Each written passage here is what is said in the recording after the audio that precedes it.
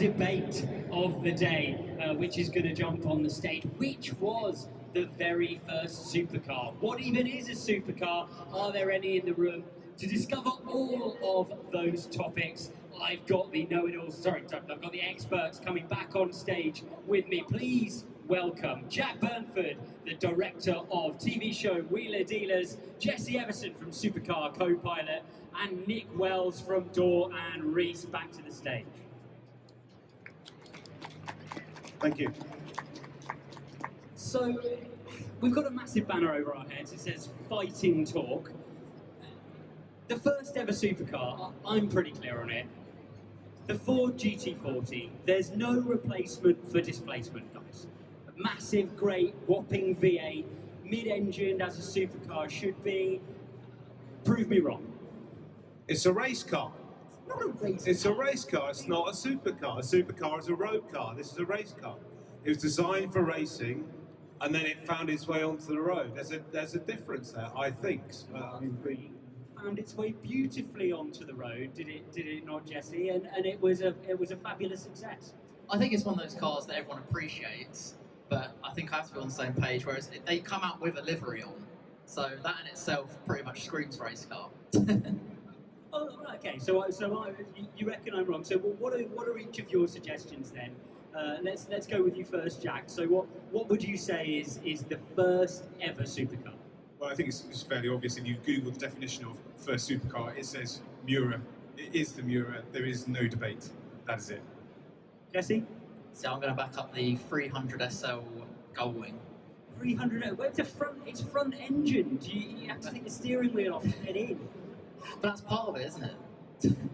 On the GT40, you have to have a bump to get in if you've got a helmet on. That's you can't. You know. I mean, you can't fit in. You shouldn't buy one. Nick, what? We'll go way back. It's the Blower Bentley. It's the late 1920s Blower Bentley. It's a supercharged car. It was a homologation special. They only made 50 of them. They homologated them for racing. It was a road car, lest we forget, which was then homologated for racing, and it won at Le Mans. That is the first supercar. It's obvious, no? Pre-war, first. Why not? Yeah, absolutely. Yeah, no, definitely. I have semi-elliptic leaf springs written down on my. That was cutting edge in 1927. I'll have you know. What's supporting your supercar there, Nick? Anti-gravity? No, these bendy bits of metal are doing it. And lots of red wine, I think, actually at Le Mans too. So, what do we reckon the Bentley Blower, guys? What are our problems with the Blower Bentley? I'll be honest, I didn't actually know what it was until you mentioned it. So, for me, you just aged me a bit. Totally unintentionally, but it's just one of those things for me. Like growing up, it's like a poster car. So, like a 300 SL, you've got the gull-wing doors, which obviously has followed suit with Lamborghini Miura, Aventador, obviously is scissor doors, but still going upwards. And I think that almost creates that characteristic that you're going fast if something's in the air. I mean, 1954 fuel-injected car, very, very impressive, very, very impressive performance. Do you think that, you know, we look at a Blower Bentley, we've got, you know, it's really interesting that you've had to try to remember, try to figure out what that car is, and people from our age. Do you reckon supercars have to be relevant into the future, otherwise they're just not deserving of the moniker?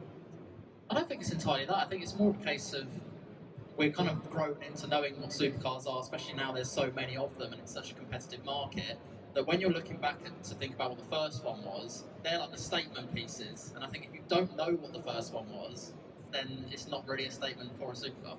Surely a Miura is the ultimate statement, though, for what Lamborghini were going to do next. Completely agree. It is the genesis of supercars. You know, it was designed specifically to take on Ferrari, to embarrass them.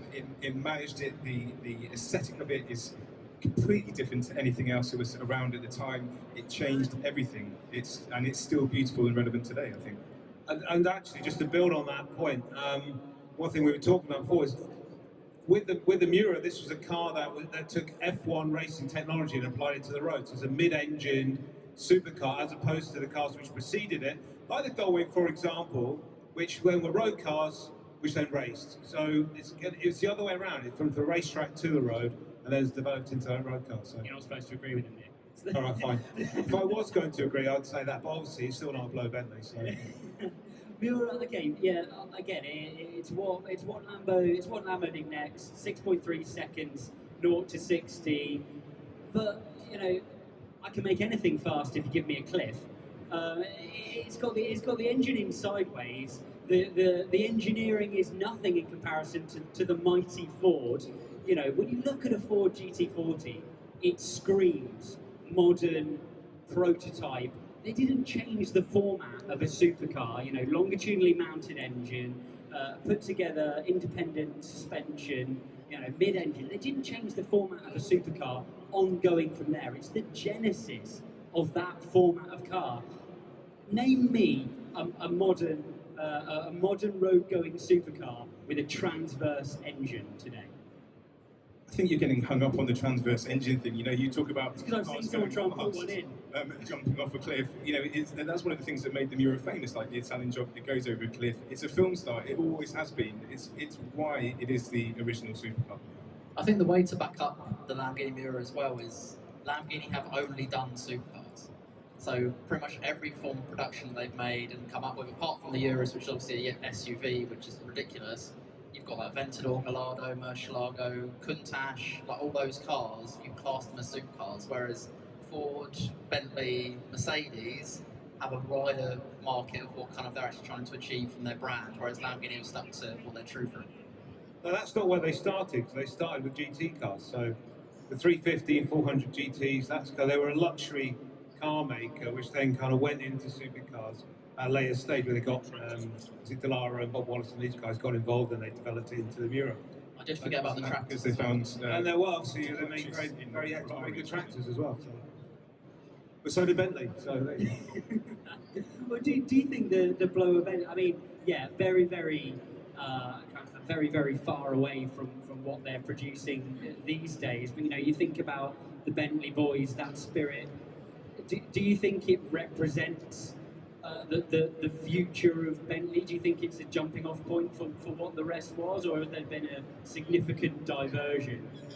Well, no, there has been a significant diversion, and it's interesting actually because I'm going to give it a brief plug, but there's a car over there that I brought to show called the Ben Sport Le Sarthe, which was inspired by the thought of what if Bentley actually carried down the racing theme into the 50s and produced themselves a lightweight, fastback two-seater race car. But that's not what happened. What happened was Bentley got taken over by Rolls-Royce in the 30s. Rolls-Royce wanted to go into luxury car production, and all the Bentleys then became luxury badge-engineered Rolls-Royces from that point. So they kind of steered off into another direction. And they've never really, apart from a foray into Le Mans in recent years, that's kind of where the route they've stuck on. And obviously, I mean, they're still around, still very successful. So it's done them no harm. I mean, a bit of GT3 racing as well, but 80 kilos per door comes out of those GT3 cars before they're ready for the racetrack. Yeah, that's true. Yeah. Does it have to be race? I mean, my great passion is motor racing. Do these supercars have to be race derived? I mean, the Miura doesn't really have anything to do. 300 SL absolutely does have something to do with the racetrack. Bentley Blower, for me, lives on the racetrack. Yeah. Do we think the heart of a supercar, Jack, has to be on the racetrack? Absolutely not. I don't think it does. I think a supercar is a supercar, and it can be on the road, or it can be on a racetrack, or wherever it's designed to be. Like, don't get me wrong, I think if it has race heritage, that adds to it, but I don't think that a supercar has to have lived on a track. But I think it does tie it together, though. I mean, you know, don't you think? Well, You know, I don't know. I think to your point, Jesse, I do think brands that suddenly arrive in the world of the supercar are not often taken seriously. I mean, you throw a car. You look at the modern day hypercars that are being produced for Le Mans racing, and then the secondary, throw off hypercar. Something that comes from Aston Martin, like the Aston Martin Valkyrie, you can understand. You've got the GT background, you've got the high performance background. Something that comes from Toyota, all of a sudden say, hey, we've now produced a supercar. Surely that can't possibly be realistic. It's just not got the brand heritage, Jesse, to merit that. Yeah, I think it has to have that kind of form that it's been going for a long time, and it's not just appeared because of the technology that's with us now. I think it has to be something that's kind of grown and built its respect over time, rather than just being like, right, we can do it now, let's throw all our money at it and see what we can come up with. Because you could argue that Audi did that with the R8, because it was like a very kind of hit and miss car. Some people love it, some people hated it. But now you class as a supercar to a degree, and they kind of continue to build on that brand.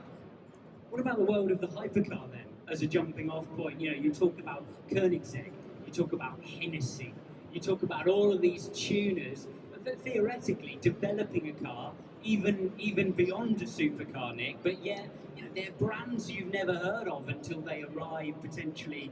Perhaps Koenigsegg unfairly cited, but brands you've never heard of until they arrive at a motor show somewhere with something that's carbon fibre chassied and faster than the speed of light.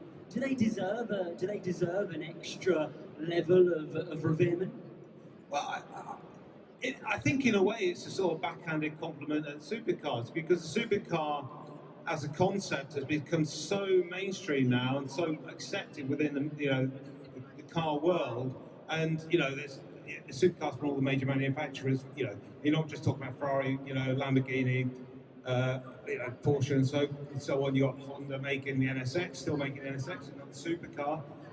So to cut above that, you have to come up with something pretty damn special to kind of rise above the rest, which is why these hypercars have come around, because the supercar, the benchmark went from there to there with a supercar, and now it has to go much higher to beat them. So, well, you're talking about that. We've defined in some ways a supercar, perhaps more tightly actually than I expected. We've got mid-engine, we've got 2 seats, we've got something that performs far better than anything, or at a higher level than anything that's on the road at the present time.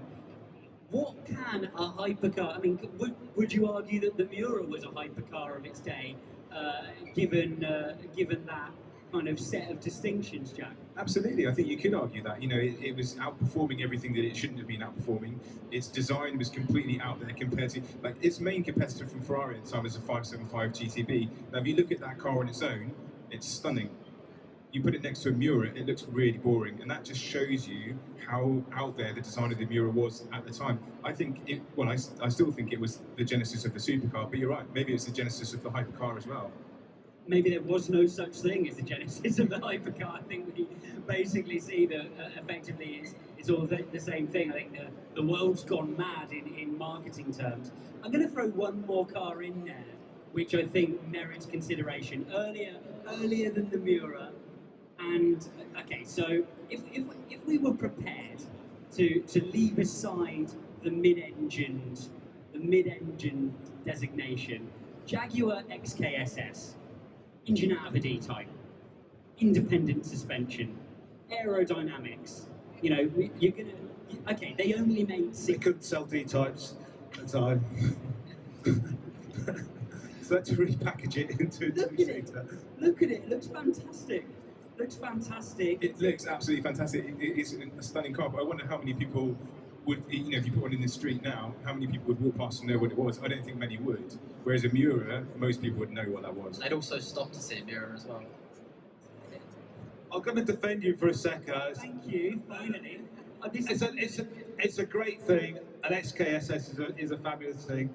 It is a supercar. I think it's just that it just doesn't quite have the resonance in the public eye. Whereas Miura, if you look at a Miura, show someone a picture of a Miura, they'll know what it is. Show someone a picture of an XKSS, and they won't necessarily. At which point, if you're going to argue the basis of recognisable cars, surely a Jaguar E-Type falls into a still more recognisable category than the Miura does. They made 70,000 of them, and they were made to a budget, as we know, and they're fabulous things for any E-Type owners in the audience. I'm sure there are. So don't get me wrong.